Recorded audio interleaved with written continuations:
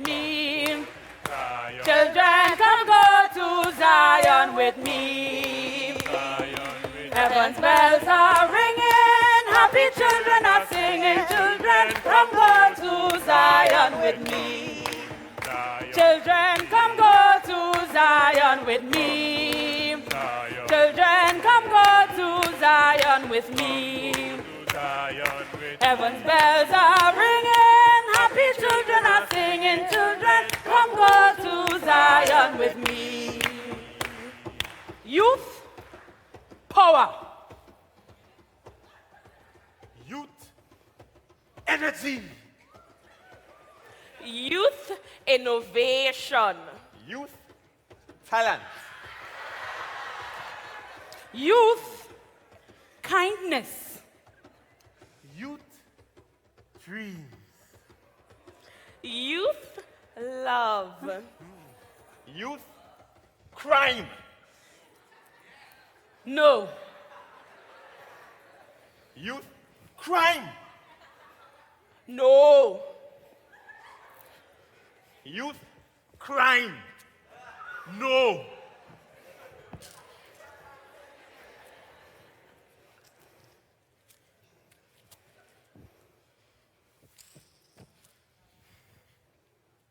Hey, boy, I thought I'd tell you not to come here, boy. You don't listen, no. Jeffers, boy, we were with me, boy. I tell you already, no me and you today. No me and you today, cross my party. You so need to learn respect, no. We just go Hey, my way. if you ain't move, But I said, don't come get round me, moving boy. on, boy. I said, don't come round me. Up to you, but hey, Hey! Hello! Hey! Let's, come on, come! Always so? All the time so? Oh my gosh. Come, child. Come, child.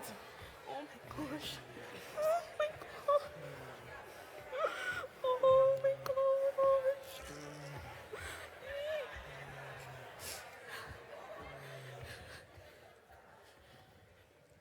Oh my god. Jesus. The things that happen at this school.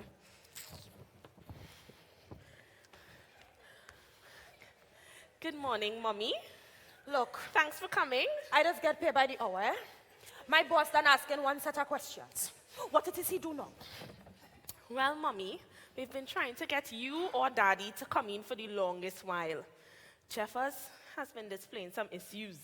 He come into school late. His work has dropped since Form 1. He's disruptive in class. Teachers are complaining. He does usually get into little fights, but they don't be major. This morning, however, he got into a really big fight. We had to carry the child to the hospital. Now the child parents want to press charges.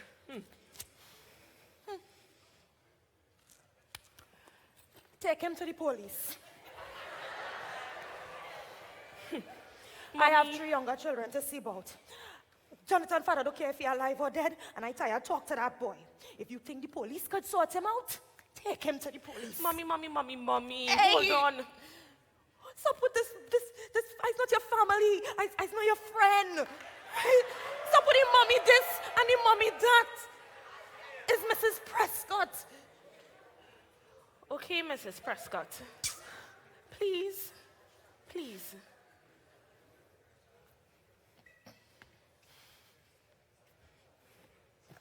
So, I'm understanding that you and Jonathan are not very understanding at home.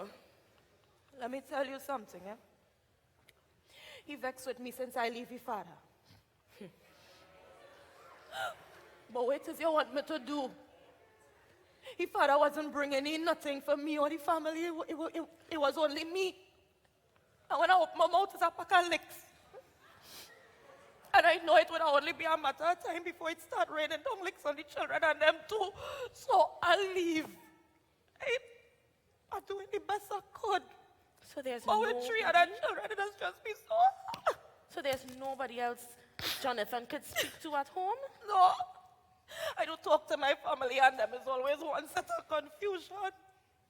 And then on top of that, I have to work.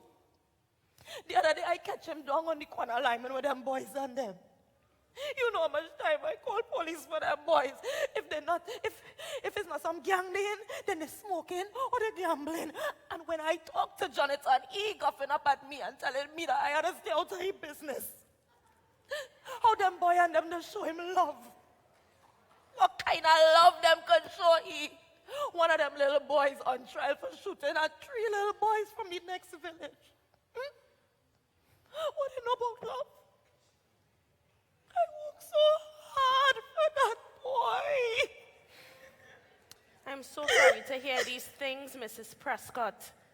But I am glad you're letting us know because now we could seek help. Help? What help you could give me? Huh? Jonathan, tell me about a teacher right here. Mr. Philip. Always disrespecting the boy and discouraging the boy. Always telling him he's going to be some kind of criminal. Huh? How that helping me? Mrs. Prescott, I did not know about this situation. Jonathan has told me nothing. And I always make it my priority to seek the best interests of the students in my form. So I will speak to Jonathan about the teacher you mentioned. And I would also like for you and Jonathan to speak to the guidance officer. Lady, no book-trained person can help me with the problems I'm facing. Mr. Garner is a trained professional. He has years of experience dealing with family matters such as yours, especially with young boys in situations like Jonathan. If you see him and you still aren't satisfied, I will personally work towards getting the help you need. The system ain't perfect, but it have options. Please consider it. Okay. Good. Let me get Jonathan. Jonathan, you can come in now.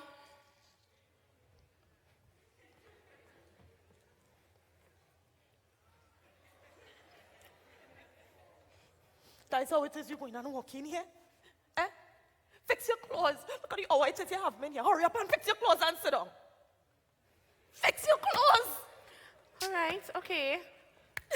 Jonathan, you know we have a way we just handle things inside of here. Fix your clothes for me, please. Yes, miss. Yes, miss. Yes, miss.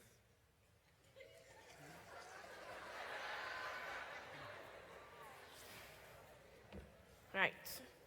So I've been speaking with Mommy, and she's been telling me a few other things as well. Look, miss, listen, I'm sorry. I'm sorry for fighting, right? But Mrs. Jeffers' house. Miss, you want to talk to Jeffers or no? I fed up, Miss Boy. Miss, the man, they coming wrong me, dress so. Every time I pass in, man, Miss, what? Talk to Jeffers, miss? Talk. Look, miss, don't expel me now, please. I'm sorry. I'm really sorry for fighting, but miss, please, just talk to Jeffers now, miss. Not me alone. All right, me Jonathan. Alone can't be Jonathan, miss. relax. I understand, and I accept your apology. And for now, you will not be expelled. And I will have a conversation with Mr. Jeffers and his parents. But other than that, I said I was speaking with Mommy, and she told me a few things that has been happening home as well. She has agreed to speak with the guidance officer, and I think it would be best that you speak to him as well. Lord, hey. Excuse me? Aye, miss, aye. Lovely. Apologize to Mommy. Sorry, Excuse me? I did not hear anything you just said. Speak up. I'm sorry, ma.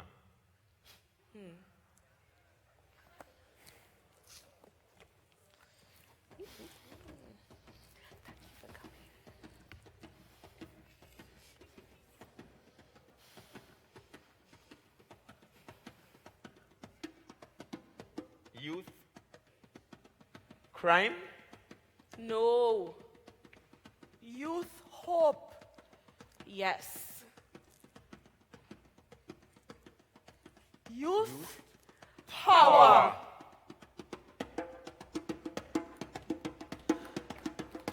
Children, come go to Zion with me. Children, come go to Zion with me. Heaven bells are ringing, happy children are singing. Children, come go to Zion with me.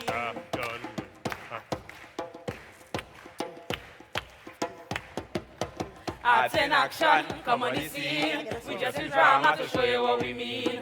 We just got all you youths involved with all the problems we had to solve. 'Cause arts in action, arts in action, arts in action, arts in action.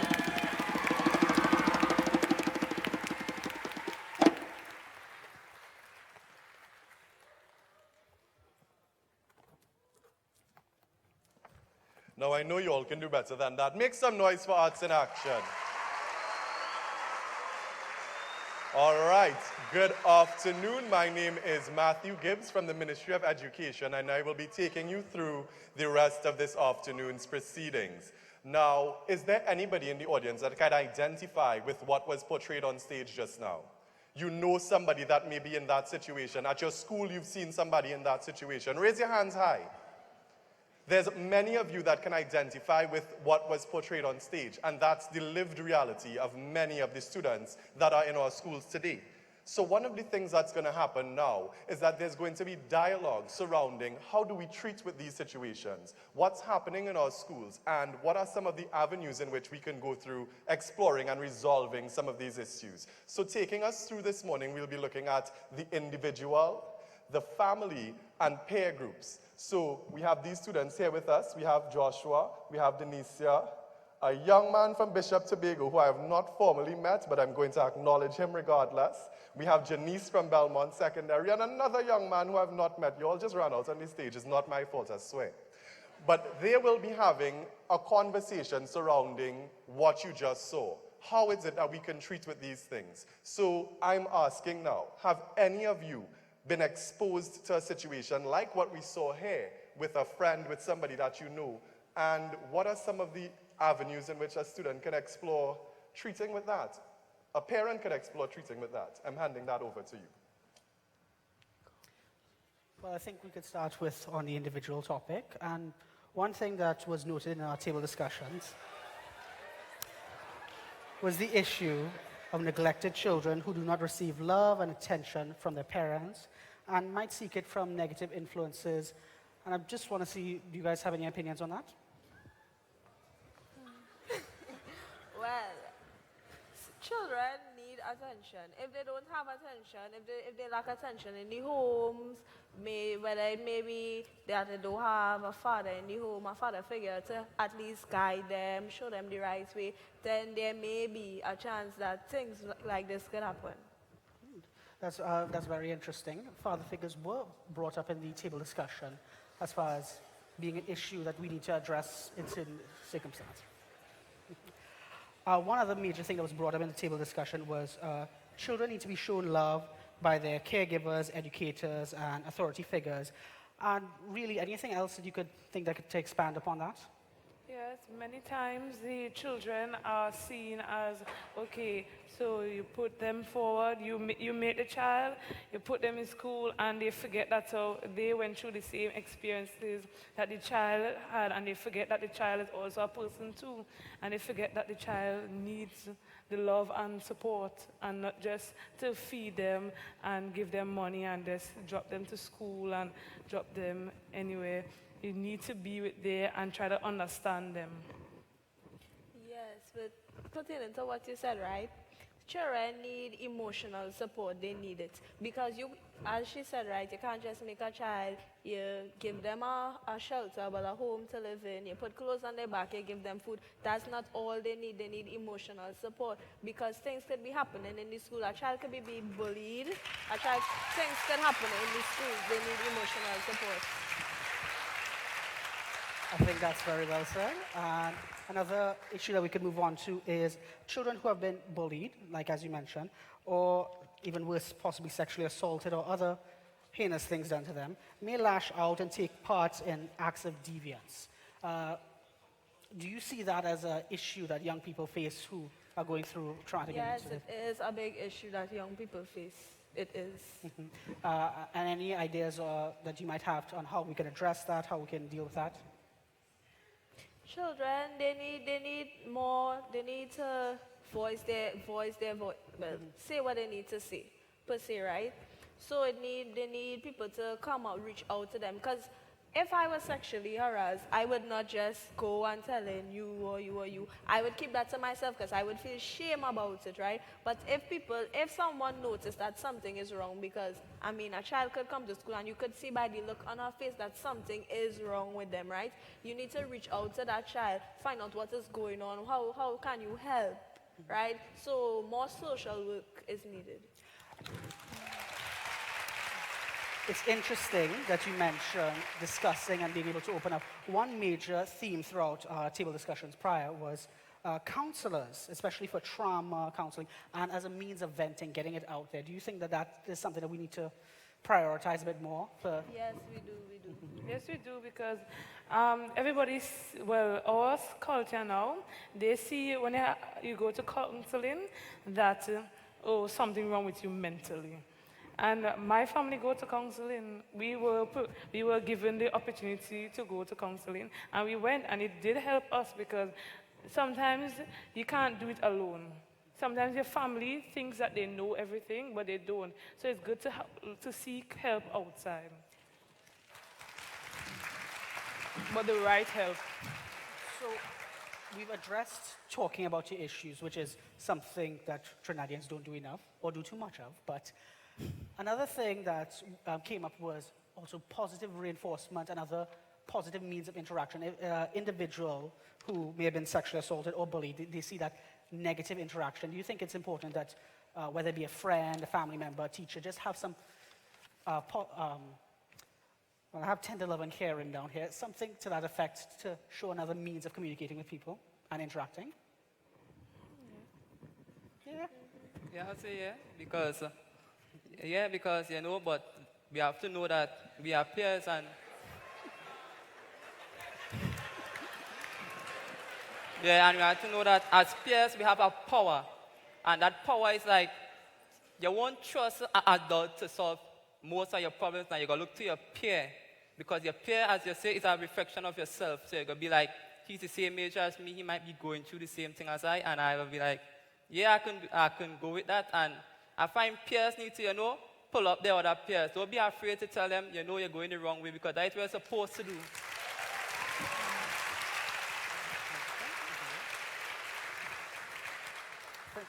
I think that's got that covered.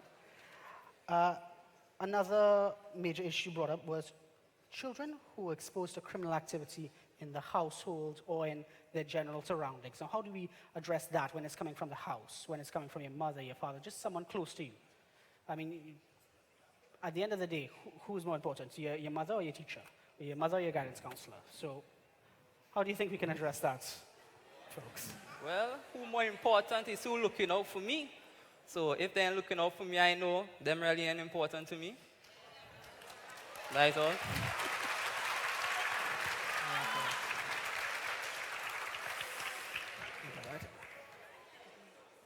Okay, so how do you think we could deal with an individual who has issues completely separate from other people? Like, they may have underlying issues. It could be hormonal problems. They could display narcissistic tendencies or be a sociopath. How do we address that? Well, first, to address that problem, I would say you have to come out and say, I am so and so. You have to address the problem before you come up with a solution. And know that every problem has a solution, but I'll address it by... It's interesting that you say that for identification, because the only thing that was really brought up as a solution in the table discussions was putting forward the infrastructure in place to observe and identify these issues early on. May not necessarily interact with you as an individual, say you are having issues, but have teachers aware, counselors aware. Do you think that that's could be a means of alleviating that, or it's someone's an individual, they have their own problems, they can't fix everything? I would say it's a means of doing that, because everybody in this room has somebody watching over them right now. Somebody that, somebody in the distance might just make a report and might call them a snitch, but they're really here for your best interest. So I think, teachers have a role to play, guardians have a role to play, your peers have a very, very high role to play, because they are the ones that you got to tell. Even if you shame about it, you can tell that one person. Everybody, I believe, that have that one person you can go with anything to, anything. But it's on that person that you use the power wisely and say, it's time to pull you up, you want, Okay. And the last thing I want to just address before handing over to you is one theme that was brought up over and over again in discussions was males are subjected to a greater degree of peer pressure to participate in rebellious behavior. Everybody has that friend telling them, oh, try this, do this. How do you think we as, or the NCCP, can address that? Well, one, we have to have a strong foundation. We have to have that strong foundation. A strong foundation like empowering youth to think for themselves and be more Yeah, think for individualistic instead themselves. of being the But also, group culture. But also as males, we had this responsibility to carry society on our backs. We had to go with the family. It's not bad, but at a young age we learn you shouldn't really complain because after a while complaining don't actually solve anything. But I feel just keep a bottle up rage inside you that you want to do something about it. But if you do something, you might, just overdo it a little. But I say as that, I say as males, we just had the full brunt right. But I find as being a male, I ain't gonna like the best thing in the world. So building on this, you can talk about peer pressure and other related issues because that's what that was. Peer pressure and specifically peer groups. All right, my peer group is lack of education can encourage someone to join a gang. Yes, lack of education is where a gang starts in the first place. Because if you don't have no education, none whatsoever, right? Your first result is to turn to selling drugs because you need money. You need to buy well, Jordans, gold. You need things, right? So your first instinct is to sell drugs. First thing to do is to join a gang because you need to provide. You seeing that your mother don't have anything in the house, right? It's bothering you because you don't have a father figure in the home, right? So you as the male in the house, the oldest male in the house, will step up because you have younger siblings. It's your mother alone. So you know that you would need to bring in some source of income. You don't have an education, and you need at least 2 passes to work in a grocery, right? So your first instinct is to turn to a life of crime to get money to support for your family, to provide. Sorry, I slightly disagree with that because there's many educated people that are in gangs, like they, in order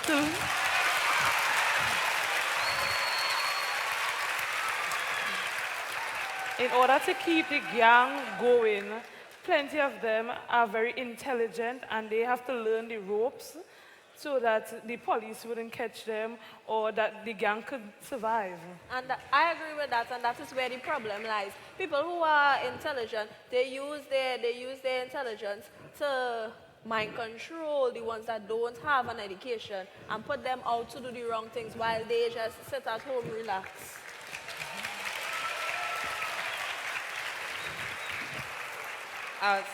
Would you guys say solutions for in our community settings? Would programs which utilize the existing community centers that in all schools be open 24/7 and be accessible for persons who held class so that everyone that would like to come in, you just have a fee to just go in, it will take away that most. It will mostly take away people with a free time. Would you say that's a good idea for the community setting? Like having centers open 24/7, utilize 24/7, maintain 24/7. Would you say that's a good idea or a bad idea? It's actually both. It's a good idea and a bad idea. It's a good idea in a sense that children would have somewhere to go in their free time because the devil is fine with for idle hands, right? So if they don't have anything to do, they're just home, they're gambling, they could go into the center and learn something, learn a trade, learn to do something, right? But with the 24/7, right, yes, we're trying to change and help the crime in the community, but there's still things that happen in the community. So with the center being open 24/7, who knows, somebody could pass, shoot up the center, rob the center, things like that just happen, things happen. And it could also be a place to congregate for gangs and be starting location for gangs, especially you can't monitor any place for 24 hours. Fair. Okay. Good. Next topic is youth well, this is a topic I really like. Does youth take drugs to relieve stress? Yes. Yes. The most common is alcohol. You turn to alcohol first.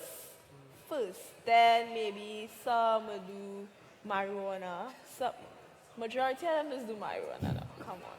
Right? They say that when they smoke, it relieves the stress and that they feel better in a sense of way.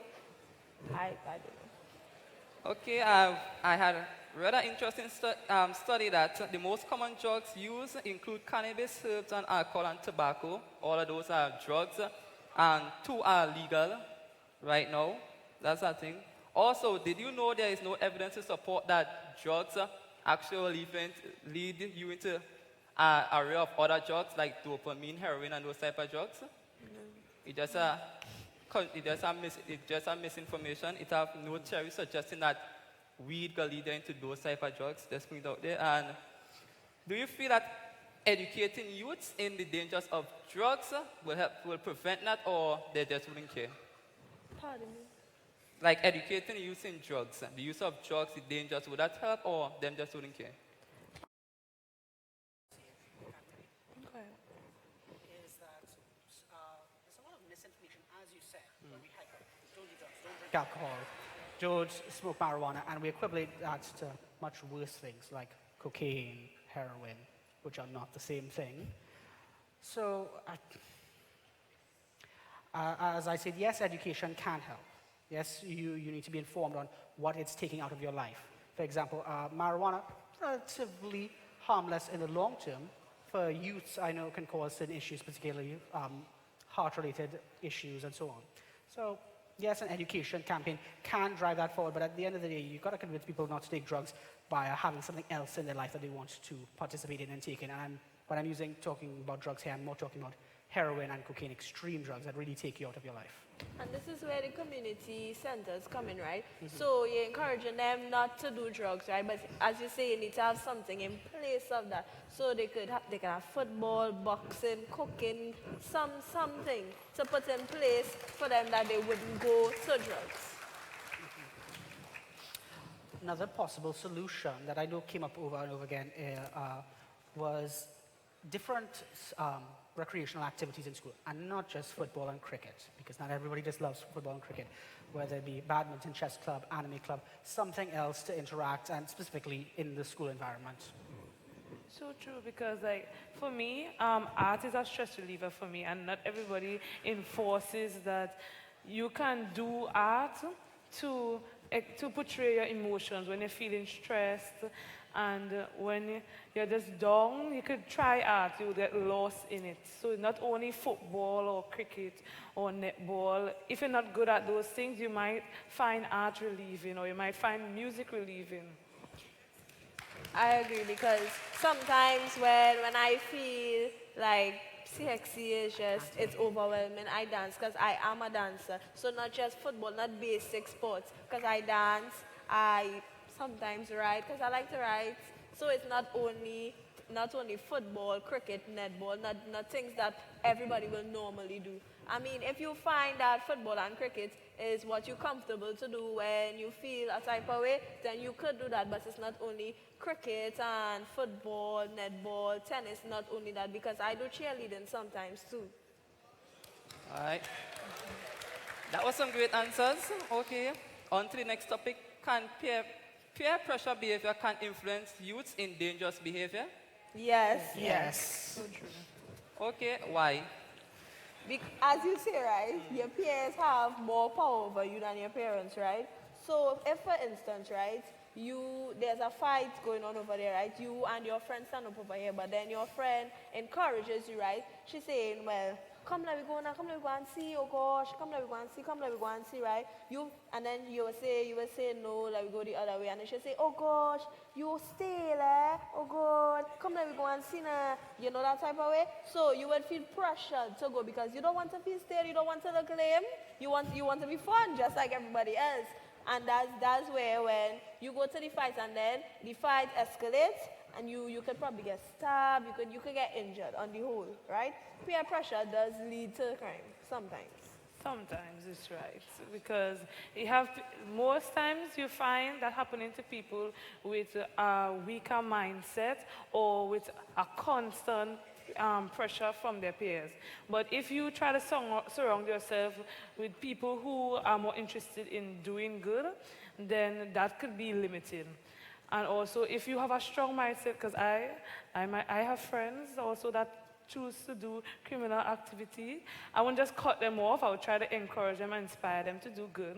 But also, I will not try to lime around them too much for them to influence me into a life of crime. All right. Would you say as a solution we should start to enforce the phrase again, it takes a village to raise a child? Yes, yes, it does. It takes a village to raise a child, and we need to enforce it more.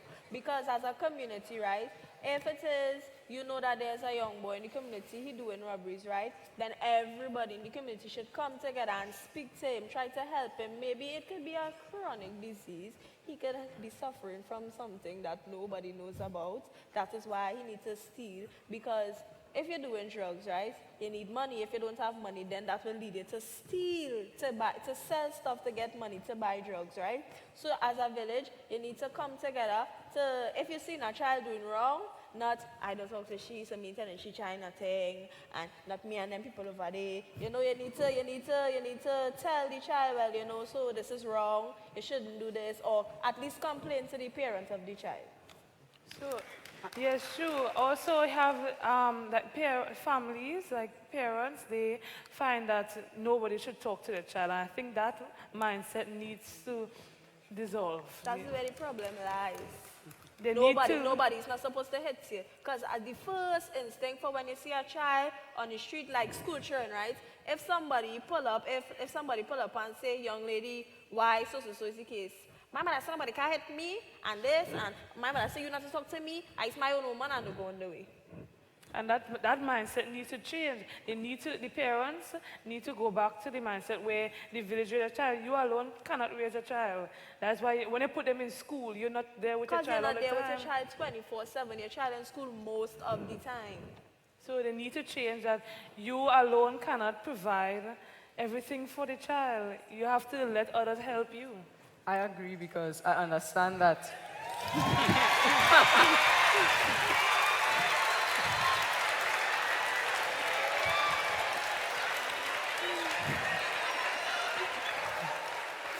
I understand that we always say that it starts from the home, right?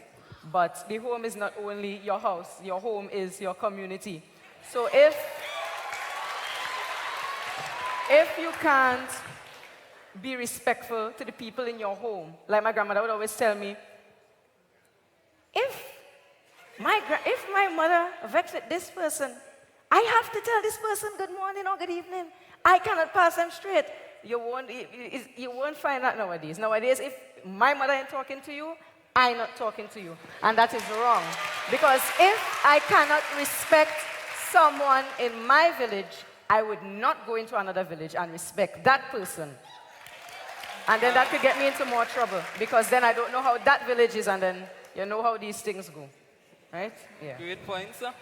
Would you think at a national level it is smart for the government to implement interim sports and family in communities, like community sports and family, you know, yeah, just... in a sense, to bring the community together, bring everybody closer together. Build the community. The community needs to, people in the community need to stop being so busy. Like, we need to come together. We have to understand that work is not everything, that you also need a sense of relief, and you need to communicate with others, not just on social media. Also, it comes with, you need to know. When you are around people, you learn different things. So oftentimes in communities, we find people by themselves. Your neighbor to yourself, well, you might like with your neighbor, but your neighbor not talking to this person, neighbor not talking to that person, or it's just that they never got to know the person. When we do things like, we keep little Easter egg hunts, even this is for the children and not for the big people, we bring the community together, we talk, we learn about each other, and therefore we have a better chance of moving forward than just staying apart. All right, so Does alignment with groups, in negative groups, cause an individual to go astray, or it could be a good thing? To be honest, I would say no. Because not school friends, but village friends, my brothers, they are not the best role models for me. They are older than me, and they even come to me for advice.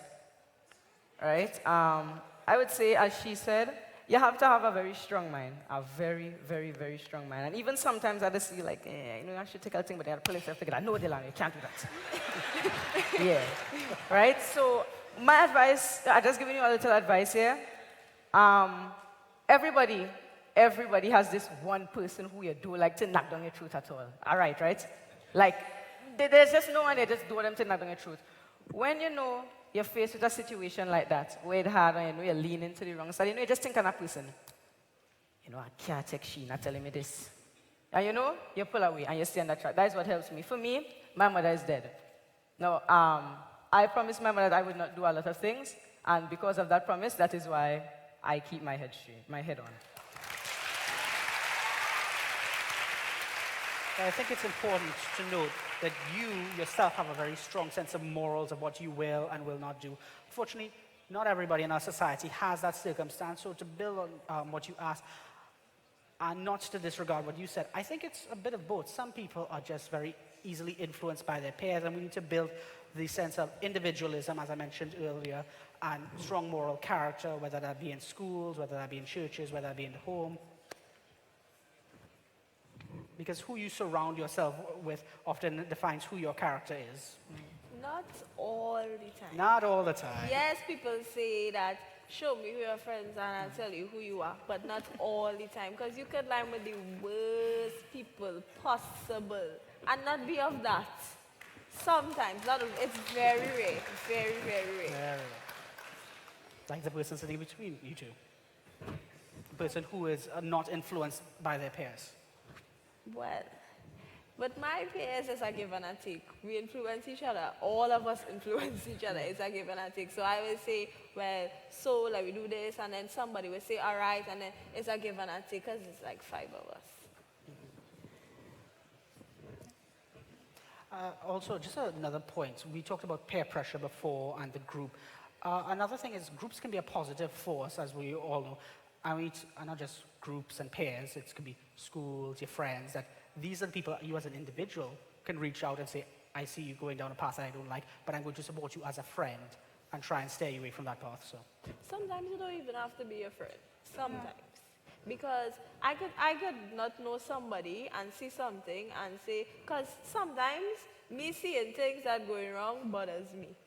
Things bother me. So I could see you in the road and say, well, you shouldn't do this, you know that, right?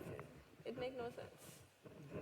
So sometimes it don't have to be your peers. Because yes, peers could be good and peers could be bad. Just like it could have groups good and bad, negative and positive.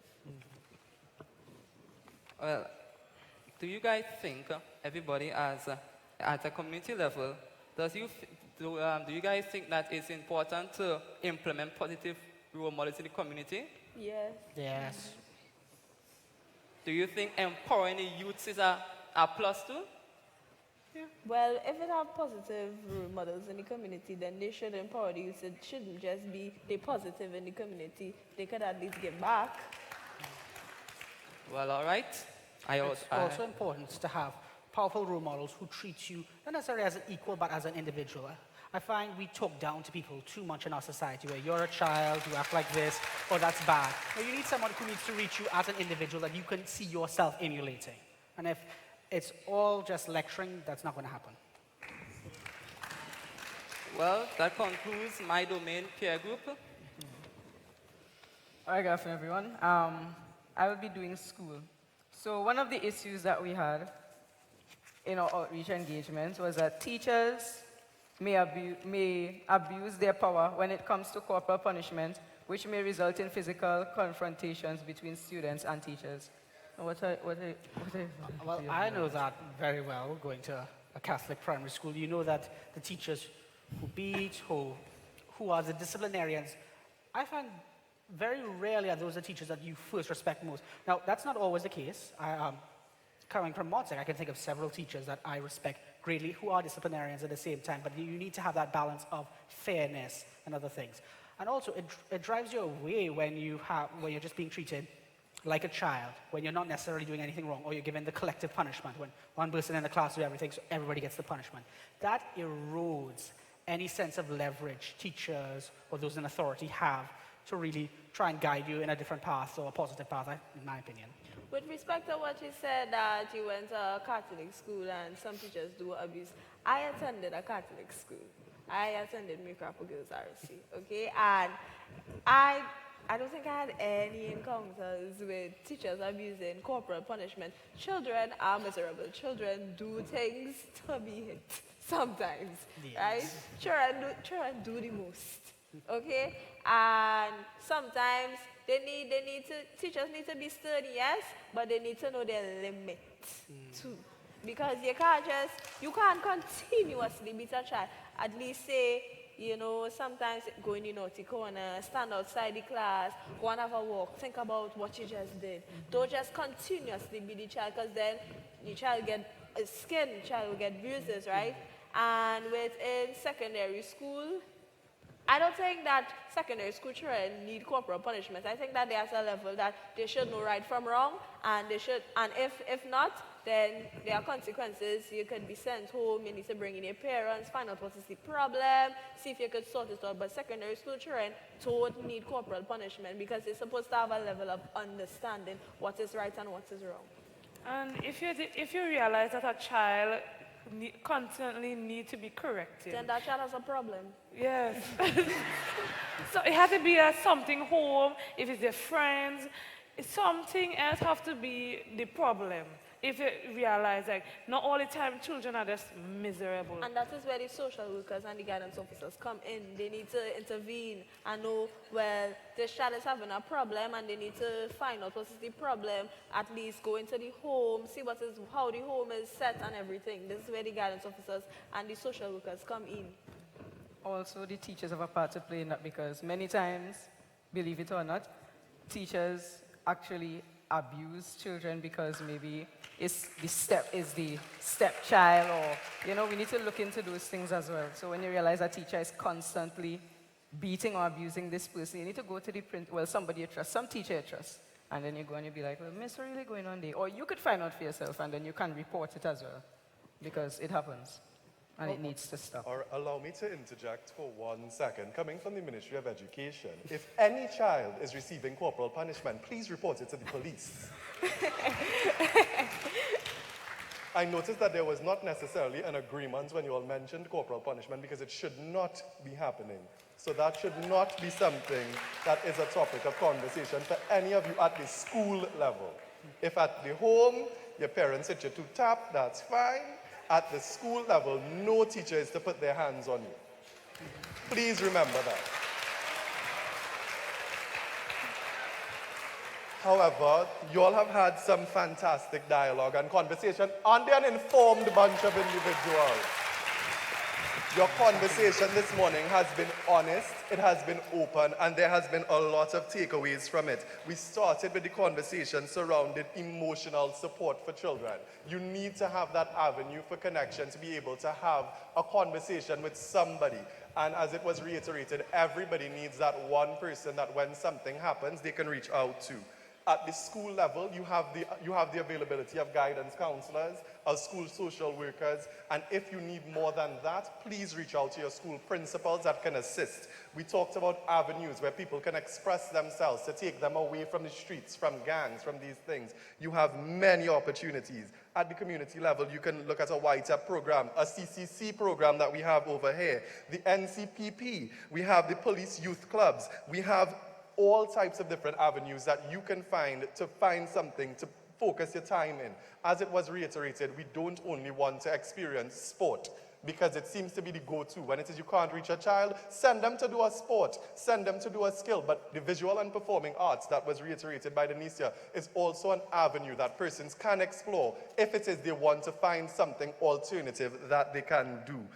the conversation here surrounding the individual, the peer group, and the school shows how important it is for young persons to have the opportunity and to have fora like this to give their opinions, because they have opinions. The adults that are seated here today, you can attest that these young people have a strong opinion on how they feel about things and what is happening to them in their schools, in their communities. And by the responses of the audience, these are not things that they're experiencing in isolation. So I hope that the persons that are here today are taking away what is being said, and something can be changed based on what they say. I have a question though. We talked about the individual, the peer group, and the school. How can we take all of these different types of things? What can we do to improve on them as we move forward from here today? What can we do? I see a young lady over here from Arima. Come and tell us what we can do. She brave. Give her a round of applause now. Encourage her.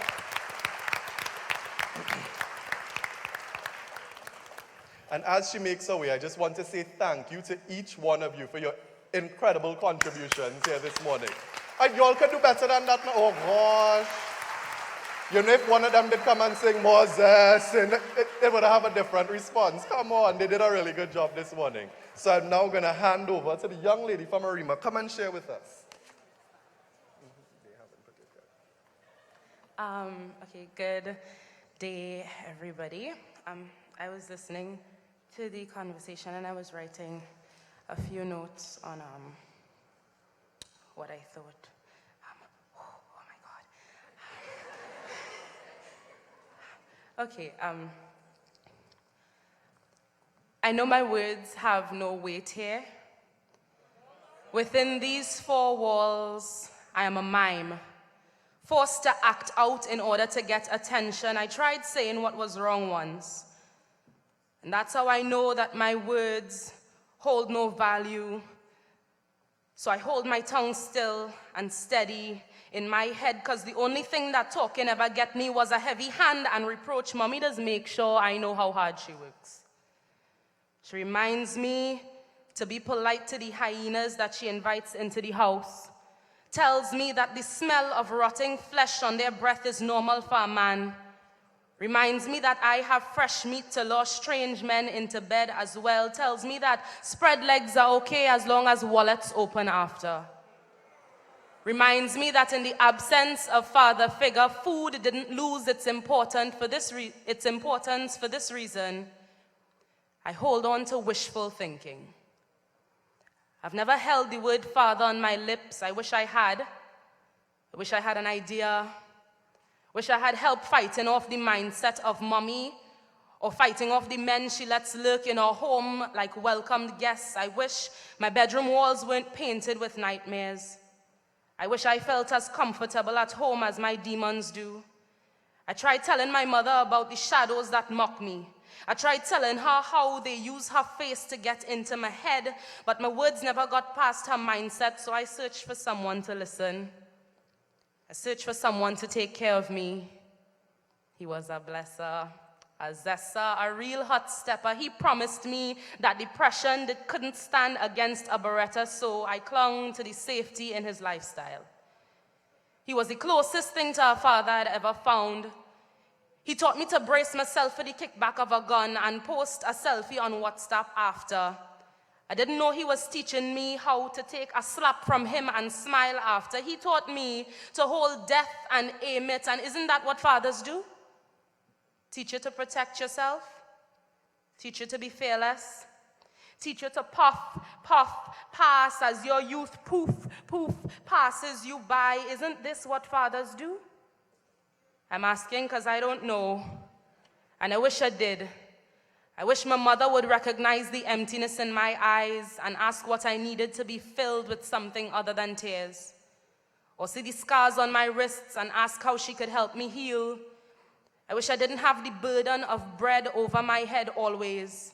I wish food came without the sacrifice of flesh. I wish my mother's hands were the only hands that knew my flesh. I wish I didn't have to search for a father in every man that pretended to be a man. I wish I didn't have to wish for these things. But I also wish these wishes would come true.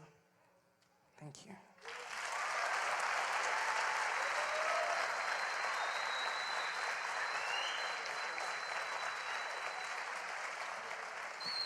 So if you haven't realized by now, I sold you all a whole dream.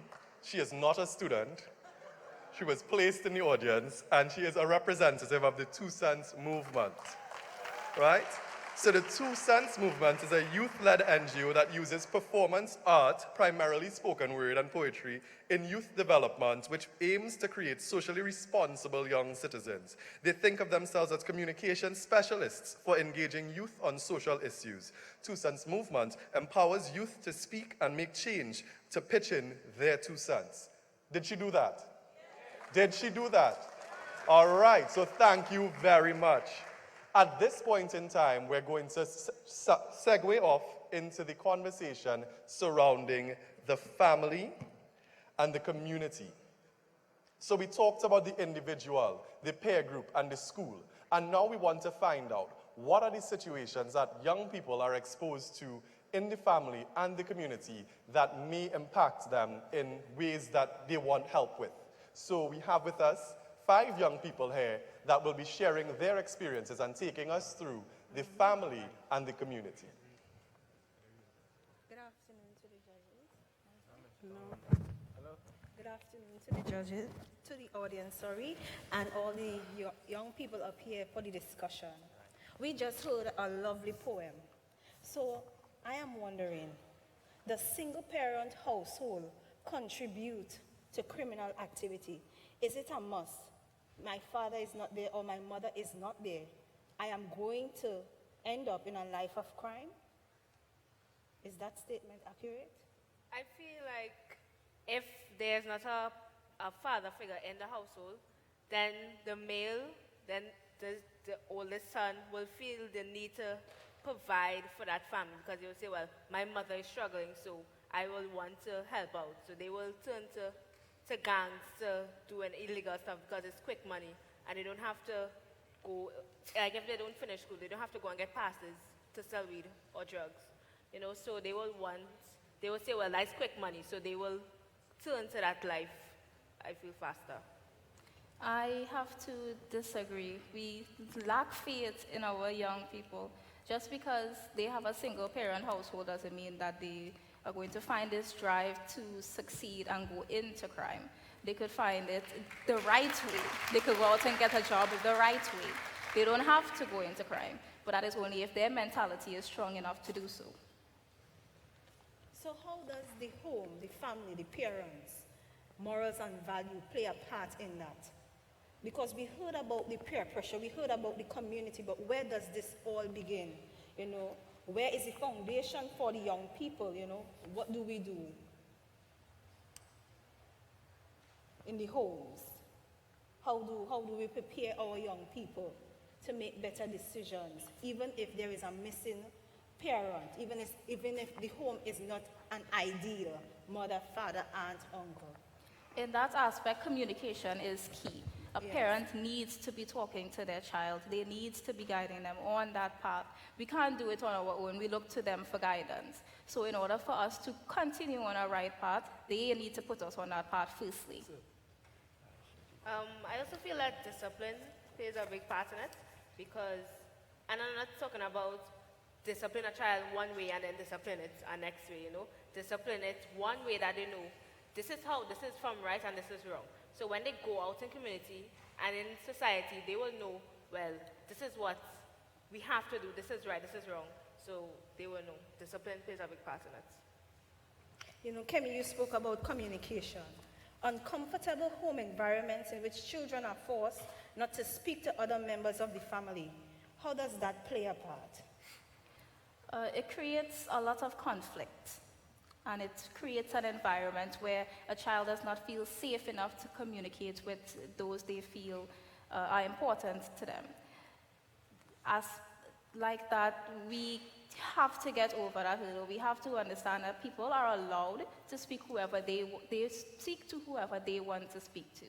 And we can't tell somebody to not speak to someone because we don't think it's right to speak to them. We need to give them a guide to let them establish that on their own. But when we speak about youths and children, having that choice to speak to this relative, you may not have that. But one of the solutions that we saw in the discussions was that adults should just leave children out of adult situations. What do you think about that? Should adults force you to not speak to a relative, or should they just leave you out of the entire situation? Because we heard before where Delano said, even if my parents are not speaking to this person, it does not mean that I should not be respectful to the person or have communication with the person. Do we feel that we have passed that line where children should be children, where we give children adult roles to decide these things? So, speaking on that, right, I believe there's an age limit. Because at my age, as a teenager, sometimes I would feel that I could give something to my parents, some type of information that could help in the situation. And me not being able to do that could only make the problem get worse. But as younger children, maybe they should not be allowed to speak their truth on certain topics because maybe they don't have the experience to, maybe they don't have the right information to provide something useful to the table. Lack of parents addressing problems in the home from inception can contribute to children taking part in illegal activity or criminal activity. You have anything to say about that? Well, if the parent not doing anything about a certain situation at home, the child will believe that they could go out in the world and do what they want and nobody could tell them what to do. Because my parents didn't tell me what to do, you can't tell me what to do, so yeah. And what about a change in the home structure? Yeah. If like a mother or father pass away, then you might have to go with an aunt or an older sibling. It might be difficult to deal with that kind of situation because you don't know how the person will treat you. You might feel like if you used to do what you want at your mother and father house and one of them pass away and you go by your aunt, you go feel that you could do the same thing, but it might be a different situation. And what about coping strategies? How we could deal with that? How young people could deal with things like that, a parent passing, not turning to crime because of that? There should be places where youths could go to voice out their problems. They shouldn't be keeping it inside for it to fester and become potentially poisonous to them. There should be places where they could go and feel safe to speak their truth. Places like, you all have any suggestions? You can also speak to your peer groups because I just spoke about your peer is the person who is closest to you. You rather speak to your friend than you would to a teacher or any relative because they get you, they understand you. So I'd rather speak to my friend because they know how I feel and they know how it will impact me. Low self-esteem, use of drugs, suicide, self-hurt. Does the family have anything to play with that? Yeah, I have a lot to play with it. Self-hurt. If you're not showing your child enough interest, you're showing us that he is an outcast, he will feel hurt. The fact that they really putting any thought into me. Do I belong here? And you try to guess yourself, and from that, you will want to go somewhere where you feel you belong, and you'll go to a life of crime. You'll find some friends who in criminal activities, and since they like what you're doing or you're contributing, they'll accept you into that gang. Domestic violence in the family may create an environment where children take out anger on others. And today, we find that a lot of hurting children are hurting other children. What are your views on this and how we can deal with it? Or how does it affect you?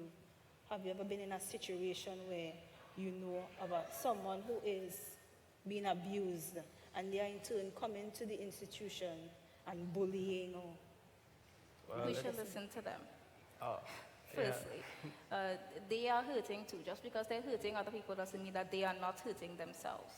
They are hurting, and we should hear what they have to say and make them feel as if their voice is being heard, and it should be that way. But do you feel that they are being heard at present? No. We victimize them and we vilify them. And we say that since you're doing this to this person, you have to be punished without any voice or opinion from that person who is doing the bullying. So do you know of any of any solutions in this, let's say, in the schools? What can be done in the schools to really address the problem? We could have counseling sessions where we listen to both sides of the story and come to a middle ground or a general consensus and see where we could go from there. Do you believe that the guidance officers and teachers are attentive to students that manifest behaviors that would indicate that they are being abused? No, I don't believe so.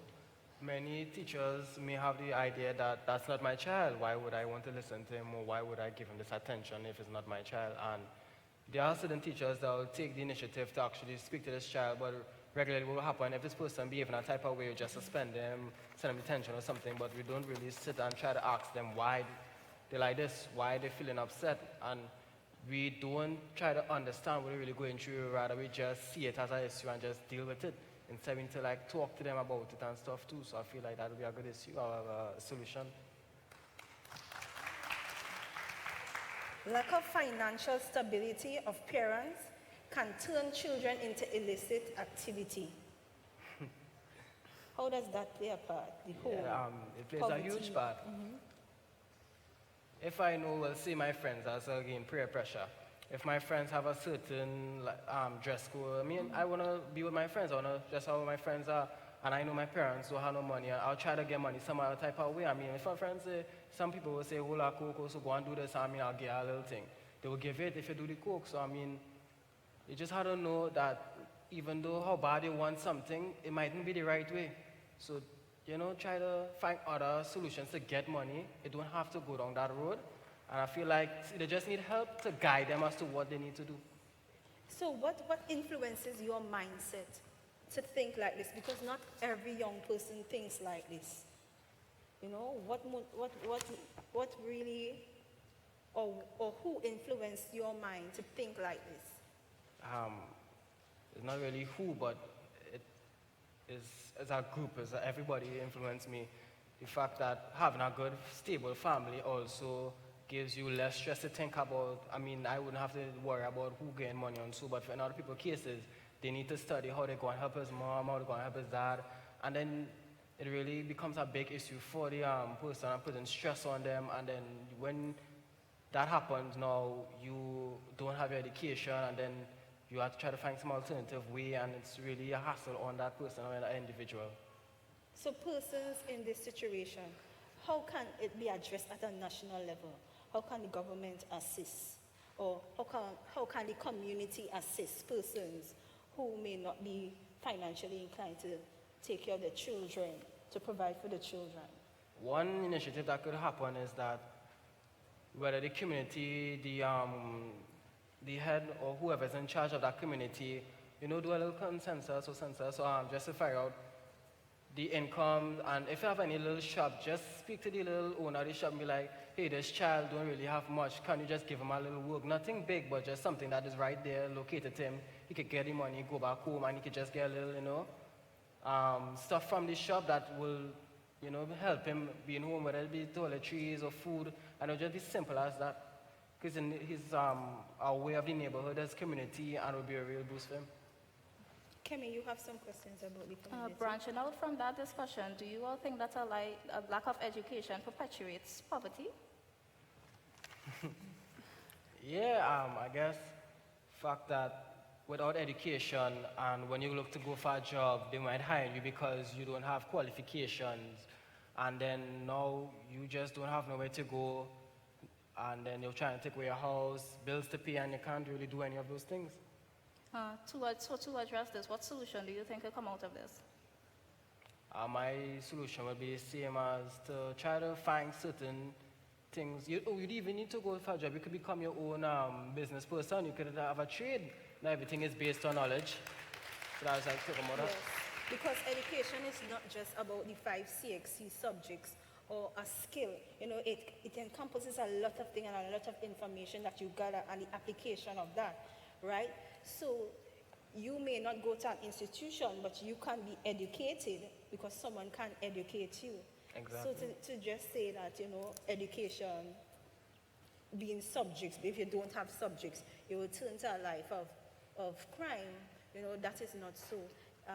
Also, what we can do at the community level is encourage the parents to become skilled.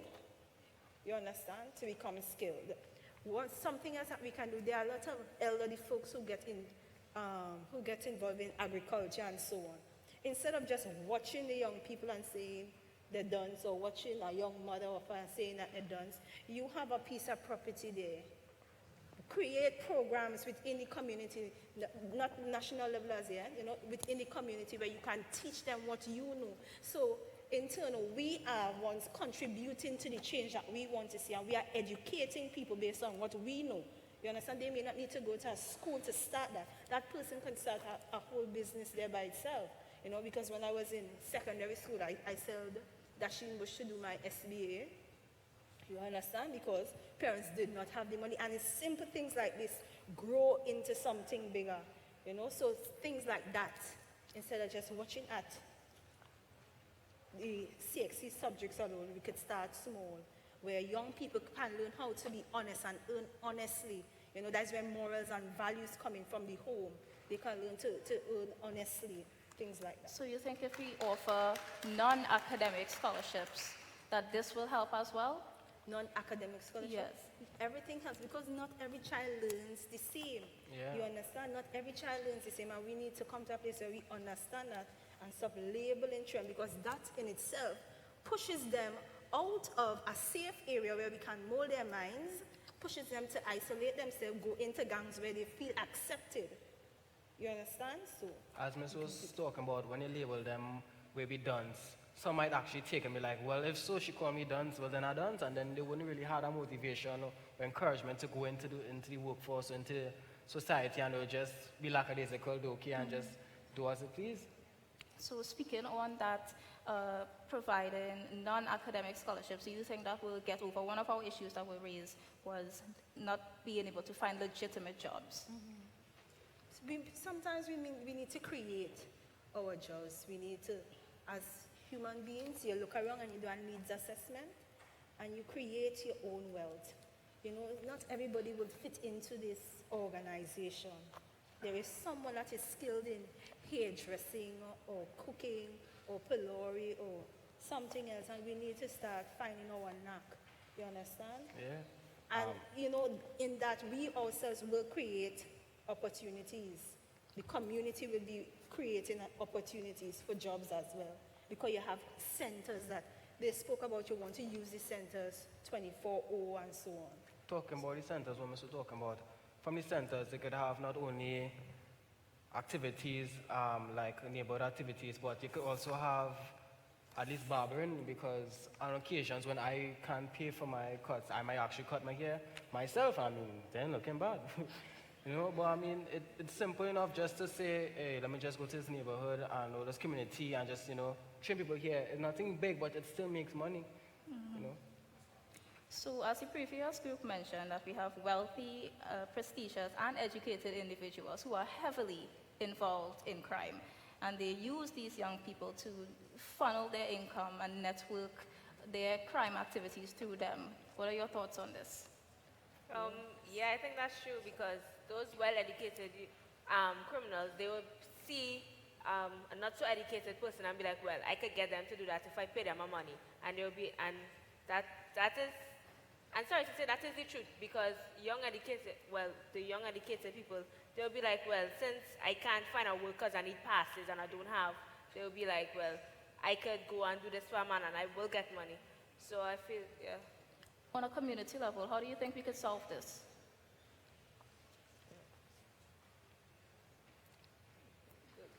Well, the community needs to band together to get rid of the rogue elements in the community, because we are silent about it. Yeah. You understand? We actually fueling our own flame, right? You will have communities where the persons, the actual minds, as you say, are the big heads. So no one wants to really speak out about it. But we have to come to a place where we are really tired and fed up of what is happening in our society, where we we are the ones committed to making the change, you know, and standing out there and being bold and saying, no, I do not want this, and this is what I want because I am in charge of my future, right? So young people, each one need to take a stand, you understand? And that is how the community in itself take a stand, when each one make a decision to step up and really take a stand and say, no, we don't want this. So can I take from what was just said that not only does it take a village to raise a child, but it takes a community or a village to protect a community. And that is what I'm getting from you, that young people now need to be strong enough. Not only young people, but everybody needs to be strong enough to say, I no longer want this for myself, for my community, for my village, and I'm going to do something about it. We all have that choice to make, to be able to do that. We all have the ability to say, no, I don't want that. And that's what I've gotten, and I think that's what everybody has gotten from the conversation. But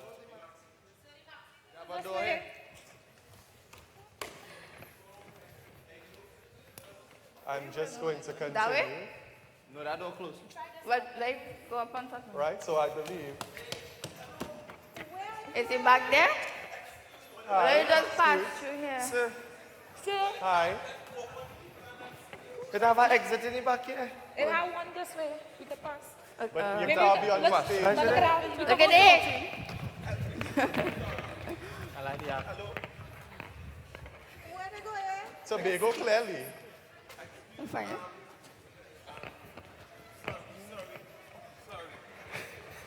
What do you want to see? You back, really?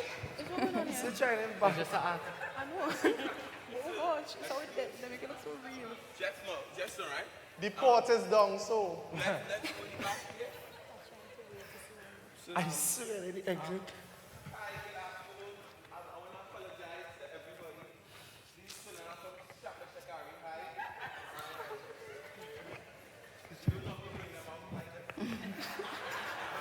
Wow. Yikes. Stand up in a line.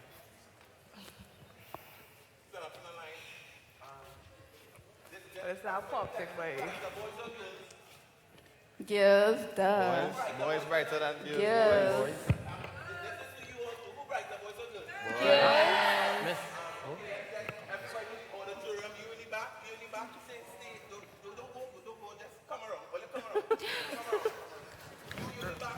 Right. Let me get one clap. Two claps. Three claps. This is a half clap. Alright. Let's go with the girls first. Girls. All the girls them get one clap. Two claps. Three claps. Five claps. Two claps. Half clap.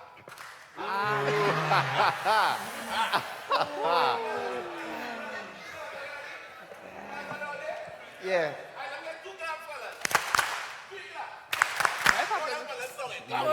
I am sure.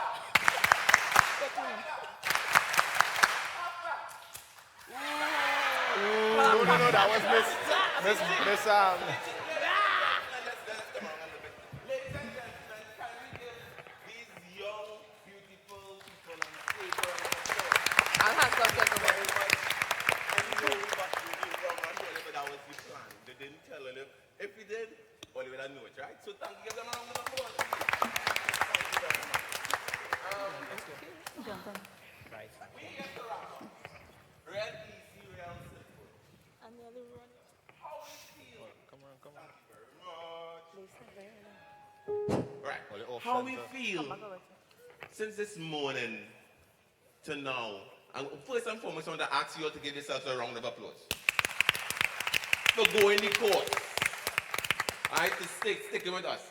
How we feel from this morning to now, sitting down and hearing all these young people talking about their community, their family, their school. How we feel about that? Huh? What I say? Hopeful. Let's watch, ladies and gentlemen, hopeful. I mean, you know, after all, Trinidad and Tobago, good hands, you know. So you're trying to tell me See that the if problems and everybody just work together, it will be a better community. That's what you're trying to tell me. You're trying to say it will be a better community if everybody just work together. Need to push them on. You know, If everybody just work together, it will be a better community. Come have all the solutions. peaceful tonight. Better. Just bright. Give me a round of applause, eh? This is how we feel. Hearing the young people talking about their issues and finding their solutions. Thank you. I hear it referencing over and over and over again. It have a song that everybody know, DJ Hickman.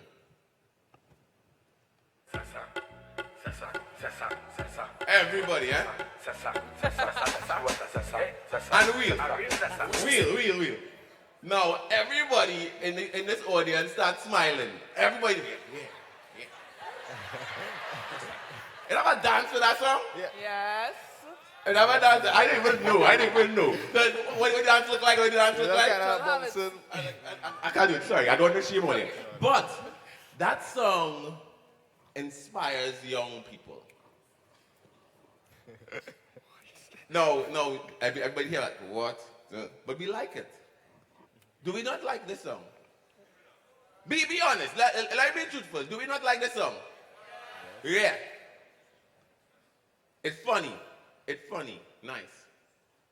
If somebody listen to this song and follow everything that this song says and turns out in our society and come out to be a zessa and interact with you, how would you feel knowing that this person placed their hands, their heart, their whole life down that road other than down the road of these wonderful young people on stage? How would you feel to know that this song influenced a whole group of people and they're following in that kind of mindset? Talk to me.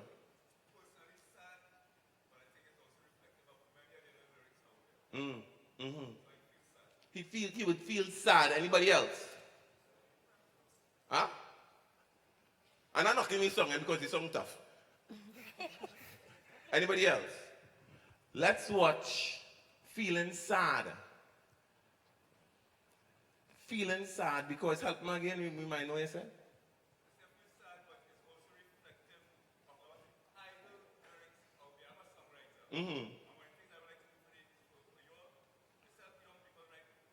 Good songs. All right. Why you would feel sad though?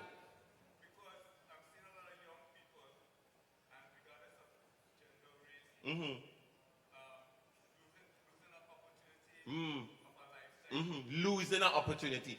Seeing young people throwing away their opportunities. Feeling sad. Let's watch. Lord Father, they coming to why?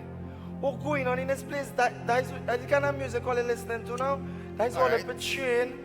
I mean, all they're going to teach all the children. thing and they run with it, but all they're going to run the country. I with these young men and the talking about big gold chain and tattoo and rifle and gun and boom and pew and shoot and violence and crime. I honestly was fed up with these people talking about crime and why they can't just better the country. Why they can't say about something positive? listen to this song. Waste the opportunity of people. That make no sense, man. Children. Listen to good music. Use all the potential for something better. Use all the potential to write something to inspire all them. A poison in You don't want to lose it because of some brain all there. wasteful lyrics. Ladies and gentlemen, I want to keep this picture here, and I'm going to end here with this. We had over 700 children in this room. A lot of people in Trinidad and Tobago wasting a lot of opportunity. I want to say thank you for the organizers of this initiative because it brought young minds together and it showed what the minds of young people could produce. For the older ones in front of us, please continue. please, please continue having hope, continue paving the way for the young ones, because we are coming. Thank you very much. That was Drama Making a Difference Company, the MAD Company, a registered NGO that uses the literacy and performing arts as teaching and advocacy tools to raise awareness about issues such as youth violence, gender equality, and social justice. They work with youth of all ages and backgrounds, providing them with opportunities to become more self-aware, emotionally intelligent, and resilient. So we're now moving on, and I'm asking Auntie Nikki to come back out, and she will be introducing our next speaker.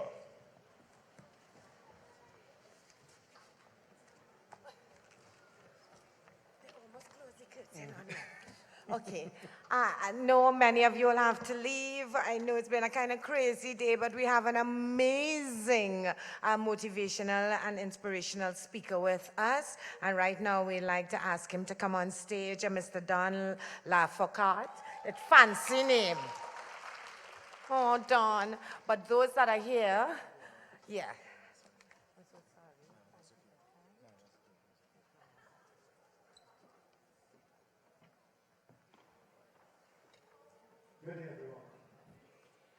Yeah, I know the time is gone. Let me just ask you for a quick second. I'm just going to indulge me. I'm glad she used the word inspirational because that's what I am. People introduce me as a motivational speaker, but they always thank me for the inspiration. Let me just demonstrate that very, very quickly. I'm just going to ask everyone in the entire audience if you can just do me one favor.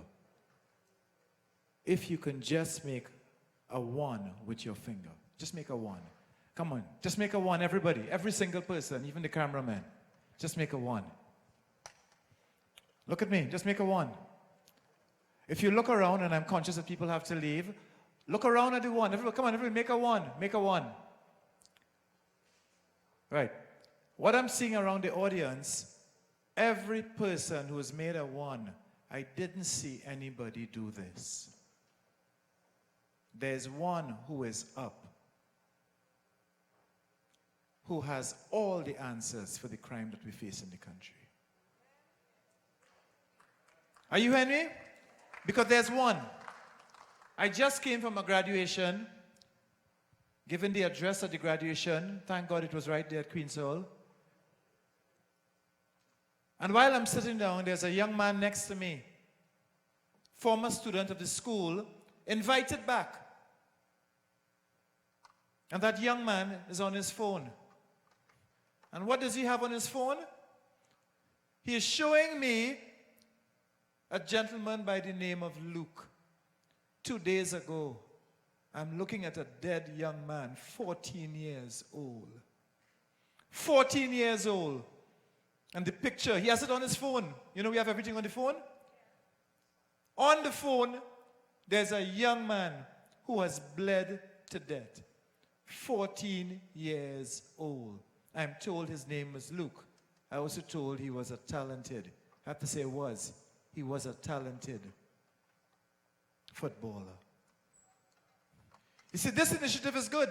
My friends, this is fantastic. I applaud the Ministry of National Security. But while this is going on, I hope there's not another Luke to listen to on the news tonight. I give a lot of trouble to get to go and speak sometimes. Because there's a lot of talk, and there's a lot of talk, and there's a lot of talk, and a lot of talk. But it's time for action. Are you hearing me? How long could we talk for?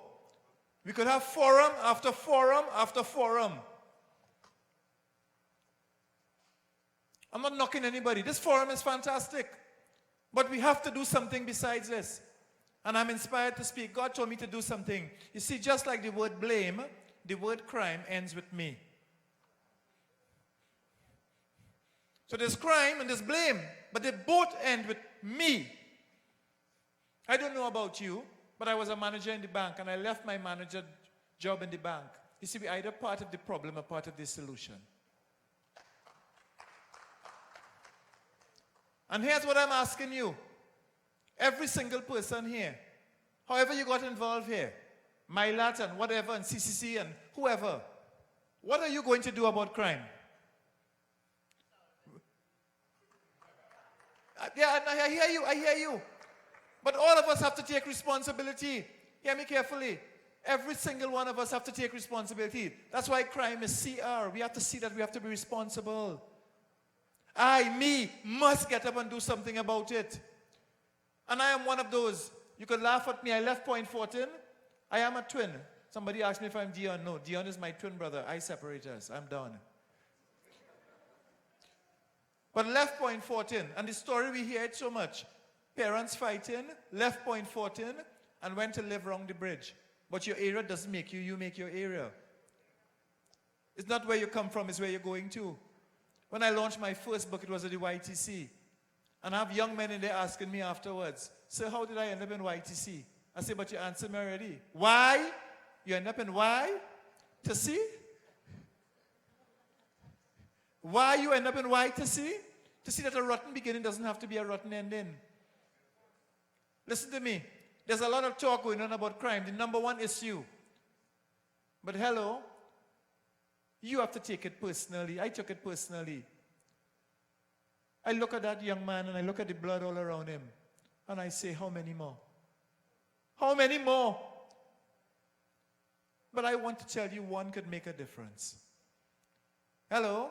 One can make a difference. You see, the school that young man went to, a couple months ago, I went to visit that school. And a young person sent me an Instagram message the night. And I have to confess, sometimes I get so many, I don't look at it. I didn't look at that message until the Wednesday morning. And when I looked at that message on Instagram, a young man wrote me and said to me, "Sir, I came to school to take my life. Sir, I came to school to take my life. And I planned how I was going to do it in the assembly." He said I was going to cut my wrist deep. He had about 6 E's in the word deep. I knew he was very serious. He said, "But sir, I came to do it in the assembly. But there was no assembly that day. You were speaking. And sir, I want to tell you, listening to you, I realized there's hope. Trinidad and Tobago, there's still hope. None of us must give up. We must not give up. You have to take it personal. Hear me? I will not pray a prayer. I love to pray, but I wouldn't pray for world peace. But the little piece of the world that I have, every place I go, hello, all of us here who want to take a hands-off approach, a bandit will accept that as hands up. Same position. So I don't know about you. I'm leaving here today, and I'm encouraged by these young people, and they're talking their issues. And let me tell you a little secret. Nobody knows young people better than young people. And we have to listen to them. And we have to just create the avenues. All have been around the Caribbean. Once you give the young people the avenues to do great things, they do great things. You see, this thing is called what? NCCP? What? NCPP? Is that it? So, hello. It starts off in the beginning. People might think it's the end. The end. But they need to see that there's a place and a purpose for every single person. Every one of us have to do it. Do I have some people here who are going to join me? Hello? Do I have some people here who are going to join me? And let me tell you, it begins now. When you leave here, look for somebody to encourage. Yes, you could do things in the... What about the people in your own home? The catalyst for change in the home is the child. Yes, I've learned that. The catalyst for change in the home is the child. The catalyst for change in a society is the school. And when I see the schools getting involved, I know some have left. Hello? And we had some people leave us just now. Thank God it's not like Luke. Yeah, that's a kind of harsh thing to say, eh? But I have to be real. Now, this is going to be a little strange. What age, my friend, is considered the legal age for an adult? What's the age? Everybody who is 18 and above, stand up. I'm going to close with this, Nikki. I won't take long. I'm going to finish with this. Nikki, you could come. Nikki, where's Nikki? You all know fine, not some people's ages. 18. It's 18 and above. Look at me. My friends, look at me. Watch this. The majority of, yeah, people who are 18, all at the back here? I barely made it. Yeah? But I'll tell you something. A mirror will always reflect what is put in front of the mirror. What is being reflected in society now is what we adults have put in front of it. We need to apologize to the young people. Hello, we could blame other people and say it's not us, we are responsible people. And just tell somebody else, blame, blame, blame. Here's what I want us to do. I want us, look at the young people who are seated. Look at them who are seated. They're waiting on us to make a stand. Hello, adults. They're waiting on us to make a stand. And we have to make that stand from our heart. You see, when I ask you to stand, you first have to stand in your head. You have to stand in your heart. What you put in your heart is what you go after. I don't know about you, but I have our nation's youth at heart. I know Nikki does as well. Auntie Nikki. Please, everybody, hear me. The ground that we are standing on is solid. Isn't it hard? Isn't it hard? It's solid? Yeah, but we have to give the youngsters something solid to stand on. I want every one of us, when we leave here today, I want us to make a personal commitment. I couldn't sit down in that seat and look at that phone anymore. I don't know about you. There was a circle of blood around him. To the side of his waist, there was a gunshot. Now, you know, somebody would say, who was the victim there? Because he went to rob. So who was the victim? He was a victim too. A victim of us adults who let him down. Please hear me under the sound. God wants to let everybody here know we all have a responsibility. You see, when you turn a blind eye, the flash that might come to you, you wouldn't want to see. You could be gone.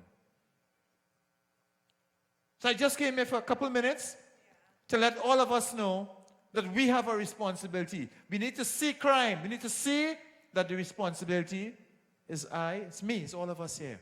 Are you hearing me? So it's not the end. NCPP, I congratulate you. Let's give them a loud round of applause. But it's not the end. We have to see that every single person has a purpose. I'm sorry, but Luke's own, don't let his death be in vain. Goodbye. Thank you so much, Don. He's such an inspiration. And for those that were lucky enough to hear him, at least we got a piece of him. Thank you, Don. I'm so sorry we had to rush everything today. This was such an important day and activity. And I just want to I just want to ask Ms. Cheryl Felix to give the vote of thanks very quickly. And don't move, we have positive. Oh my gosh, she's so good. He's coming to perform, so stay right there. Ms. Felix?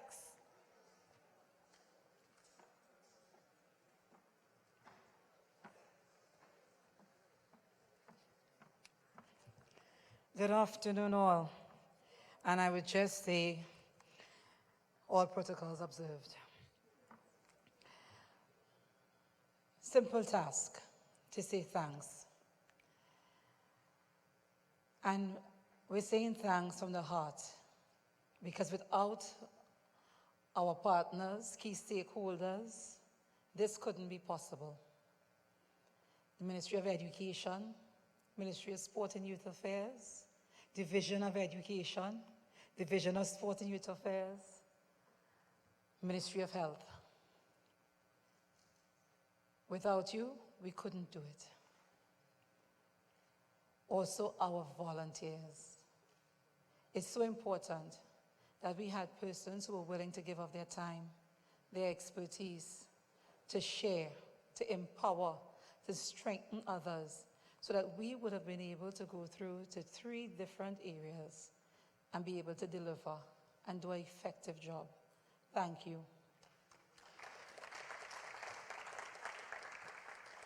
And I don't want to leave out our corporate sponsors. We know the economic times that we're in, and we have to make some choices.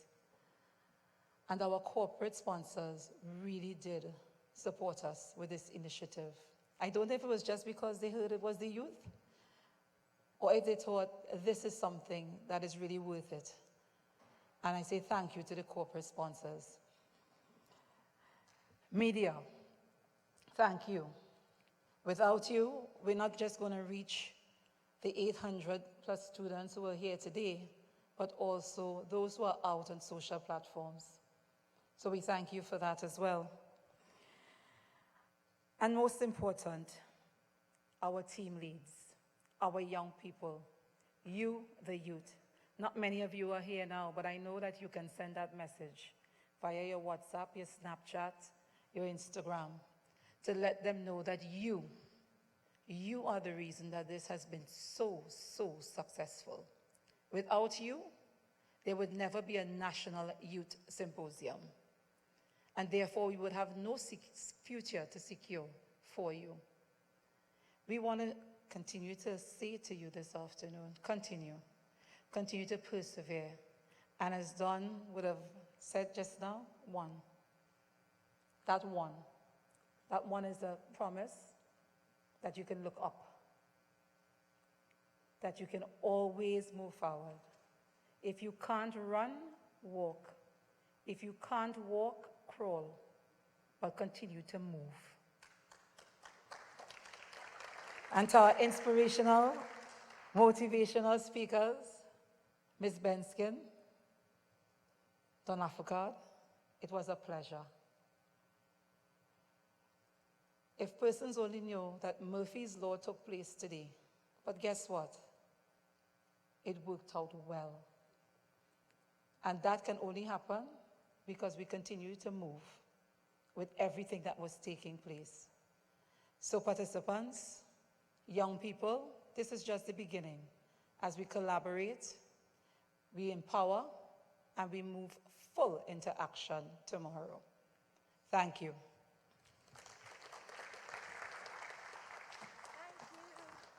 Thank you so much more, Ms. Felix. All right, we want to thank everyone for coming out. I'm sure we'll do something like this again. It was just so important. All the students, give yourselves a round of applause.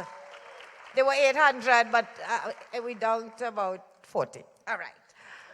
But don't worry, to close, we have one of my favorite artists, gospel singers in the world, not just Trinidad and Tobago, and he's always so positive. Put your hands together, let's welcome Positive!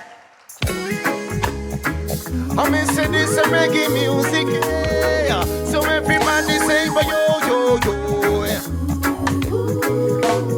How you feeling this afternoon right now? I said I'm rolling in my two-man army. See my Jesus and I. I said we know once God goes before me, they can't stop this right now. Yeah. I'm rolling in my two-man army. This two-man army. I know once God goes before me, they can't stop this ride. I got to strap on this Gideon boot, yeah. I know I'm ready for the war. Satan him want take me people, yeah. But me and Jesus are bound. I will defend this truth. We stand spiritually sound, so we can't dilute no. I say we gotta stay pure. Just make our election sure. Just help me say I'm rolling in my two-man army. Somebody say my Jesus and I said we know once God goes before me, they can't stop this right now.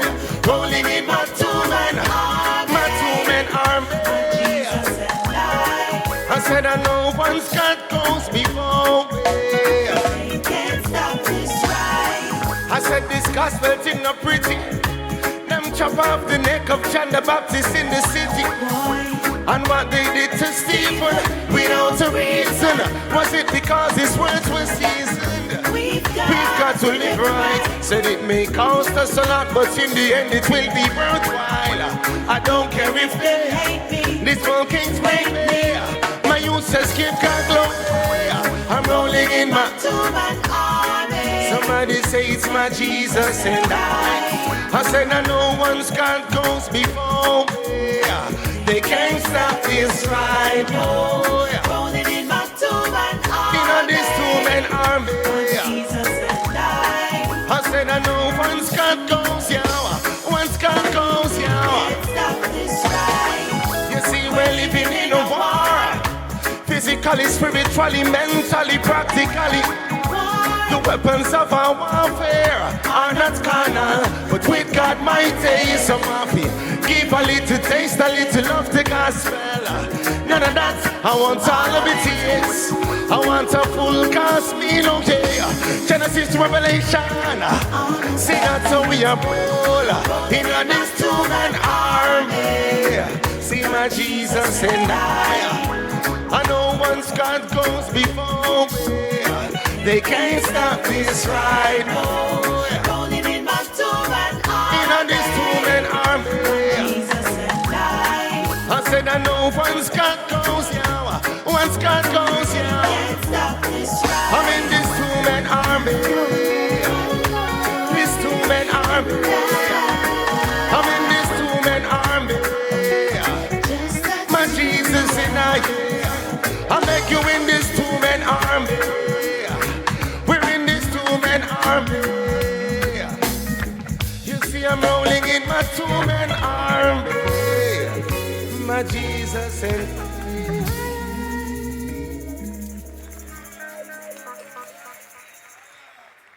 see what the man said? Mirrors. We have to choose to be light and not mirrors. What happens is many times people say they are light, but they're really just mirrors, which means that they only reflect the environment that they are in. So what happens is that when we are young people, when we are around adults, we behave a certain way because we're reflecting the kind of conversation that is happening to us. But when we go out there on the streets, we're looking at the people on the streets because we only program to reflect our environment. Anybody want to choose to be light today? Let me hear you. Let me see your hands up. Let me see you choose to be light. I feel like too far from all, you know. You have to be light, man. Tell the neighbor, say light over darkness. Say light over darkness. Come follow me now, come follow me now, no, no, no. Come follow me now. Young people right now, who not ready for a change? Listen me right now. Me put a fire to burn. Burn every negative vice will try to destroy the minds of the children. Cause their hearts are filled with hate. I feel make sure that love can flow again. Come follow me now, I'm ready again, yeah. Ready to blaze dirty Babylon ways, yeah. No one no semi-automatic AKs, yeah. Now try to add to the wealth of the graveyard. Listen the objective. I'm just trying to change the life of the youth. Get ready to recruit again. Cause my lads we can't promote them. I me say one by one. Say let's kick evil out of town, yeah. See one by one. See shine your lights, I beg you. My youths we say one by one. Shine your light, shine your light. Let's kick evil out of town. Somebody say one by one. See shine your lights, I beg you. Listen me now. Well, I am positive and I tell them to beware. No look on me humility and things that me fear. Goliath's are wrong, but I got my stone and my sling. Ready to fight against what stands against my king. Deception is like a growing tumor. Some dress like Gucci, but I really Puma. Some love tell our truth, but I really rumor. All the boss what them must go to say, I'm just trying to change the life. Just change the life of me. Get ready to recruit again. My youth we can promote them. See one by one. Say let's kick evil out of town, yeah. See one by one. She shine your lights, I beg you. Somebody say one by one. Say let's kick evil out of town, yeah. See one by one. She shine your lights, I beg you. See, I'm from a place where dreams are far-fetched, but that no mean me have to steal. Living this life under the blood of Jesus. Me said for real, yo. Well, if I know Christ, so we are preach. Little Johnny, I got on shooter. That's the truth, yeah. The problem of is start from the roots, yeah. That's why we have to sing out that one, yeah. See, line them up, we line them up, we line them up, yeah. I me say one by. See shine your lights, I beg you. I me say one by one. See Say let's kick evil out of town, yeah. See one my. See shine your lights, I beg you. Tell the neighbor. Say light them up, we light them up, we light them up, yeah. We light them up, we light them up, we light them up, yeah. See shine your light, shine your light, shine your light, yeah. See shine your light, shine your light, shine your light, yeah. We light them up, we light them up, we light them up, yeah. I shine my light, I shine my light, I shine my light, yeah. 'Cause one by one, shine your light them. Let's kick evil out of town, yeah. One by one, shine your light them up. Just shine your lights, I beg you, shine your lights, you know. Yeah, man. And we know that the Almighty God is the one who can heal this nation from the bloodshed that it's experiencing right now. You believe it? Let me say, we serve a mighty God, we say. We serve a mighty God, I say. Say no one God is mighty. And in my ear, I look crime in the country. We serve a mighty God, I say. Say do you want a physician? Well, he will give you a prescription. See them tell you the dosage might be felt like a mustard seed mixed with praises. Just believe the master, not dealing a counterfeit disaster. We turn away from the opium man. Jesus is the only plan. Yeah, and me say we serve a mighty God. We say, and me say we serve a mighty God. We say, say no one God is mighty. And in my heel and the crime in the country. We serve a mighty God, mighty, mighty, mighty. And me say mighty.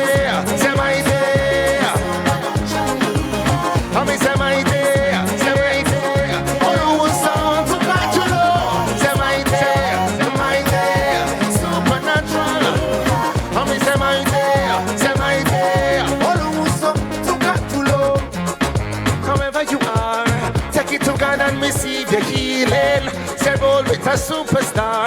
Him said this is the bread of the children. Me a roll with Rafa. Diseases must bow down at the mention of his holy name. No matter Jesus' intervention, boy. And me say we serve a mighty God. We say. And me say we serve a mighty God. Say no one God is mighty. And in my heal sickness in my body. Say we serve a mighty God. Mighty, mighty, mighty. And me say mighty. Say mighty. And me say mighty. Say mighty. All who sound to God to know. Say mighty. Mighty. Supernatural. And me say mighty. All who sound to God to know. Say heal with God. Make the nation feel change of one. We know you're a miracle worker, and we are hold on to the word. We know say you love we bad. Trinidad Tobago must survive. We need just one touch, and then we are testify. Yeah. Do you want a physician to give you a prescription? Listen to the dosage. Feel like a mustard seed mixed with praises. Just believe the master. Not dealing a counterfeit disaster. We turn away from the opium man. Jesus is the only plan. Oh yeah. And we say we serve a mighty God. And we say we serve a mighty God. Yeah. Say no one God is mighty. And in my heel and the crime in the country. We serve a mighty God. Mighty, mighty, mighty. And we say mighty. Say mighty. Oh, we say mighty, say mighty. Yes, Lord, you're mighty, supernatural. Oh, we say mighty, say mighty. Say mighty, supernatural leader. Say mighty, say mighty. Oh, we say mighty, mighty, supernatural. So we serve a mighty God, mighty, mighty, mighty, mighty. God bless you all. Thank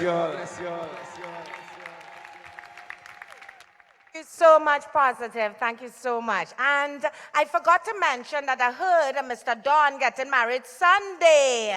Make some noise for Don. All right, guys, thank you so much. This was amazing. And we're sorry that some of the kids didn't get the whole show, but we know they had to go back to school. Again, thank you to everyone. And what I say is if we saved one kid today, we've done our jobs, all right? Keep the work going, and we have a lot more work to do. Thank you so much. Have a great evening. Bye-bye.